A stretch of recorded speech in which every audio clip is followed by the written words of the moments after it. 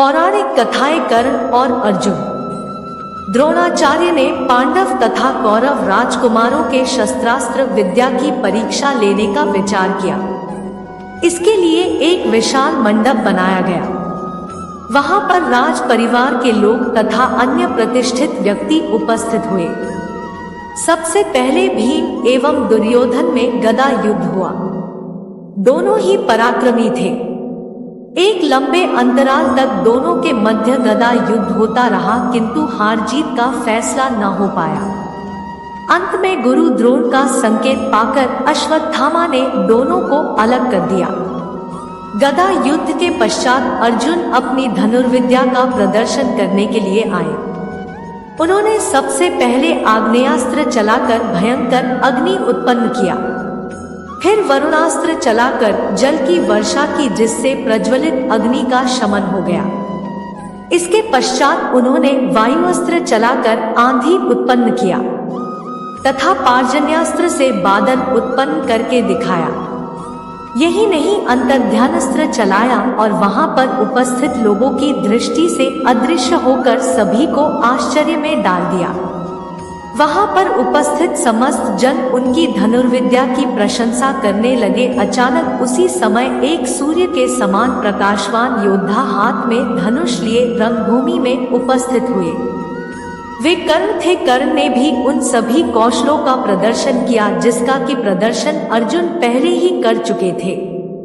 अपने कौशलों का प्रदर्शन कर चुकने के पश्चात कर्ण ने अर्जुन से कहा कि यदि तुम्हें अपनी धनुर्विद्या पर इतना ही गर्व है तो मुझसे युद्ध करो। अर्जुन को कर्ण का इस प्रकार ललकारना अपना अपमान लगा। अर्जुन ने कहा, बिना बुलाए मेहमान की जो दशा होती है, आज मैं तुम्हारी भी वही दशा कर दूंगा। इस पर कर्ण बोले, रंग मंडप सबके लिए खुला होता है, यदि तुम्हें शक्ति है तो धनुष उठाओ। उनके इस विवाद को सुनकर नीति मर्मज्ञ कृपाचार्य बोल उठे, कर्ण अर्जुन कुंती के पुत्र हैं।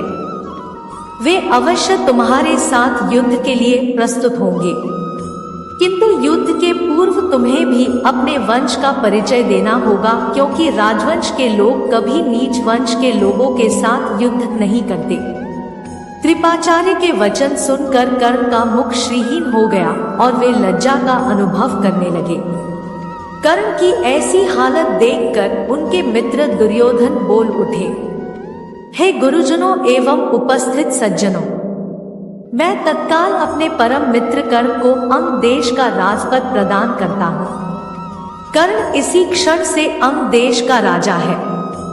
अब एक देश का राजा होने के नाते उन्हें अर्जुन से युद्ध का अधिकार प्राप्त हो गया है। दुर्योधन की बात सुनकर भीम कर्ण से बोले, भले ही तुम अब राजा हो गए हो, किंतु हो तो तुम सूतपुत्र ही। तुम तो अर्जुन के हाथों मरने के भी योग्य नहीं हो। तुम्हारी भलाई इसी में है कि शीघ्र जाकर अपना घोड़े तथा रथ की देखभाल करो। वाद विवाद बढ़ता गया और वातावरण में कटुता आने लगी। यह विचार करके कि बात अधिक बढ़ने न पाए, द्रोणाचार्य एवं कृपाचार्य ने उस सभा को विसर्जित कर दिया। ऐसी ही और वीडियो देखने के लिए हमारे इस चैनल ज्ञान की गंगा को सब्सक्राइब करें। धन्यवाद। हर हर महादेव।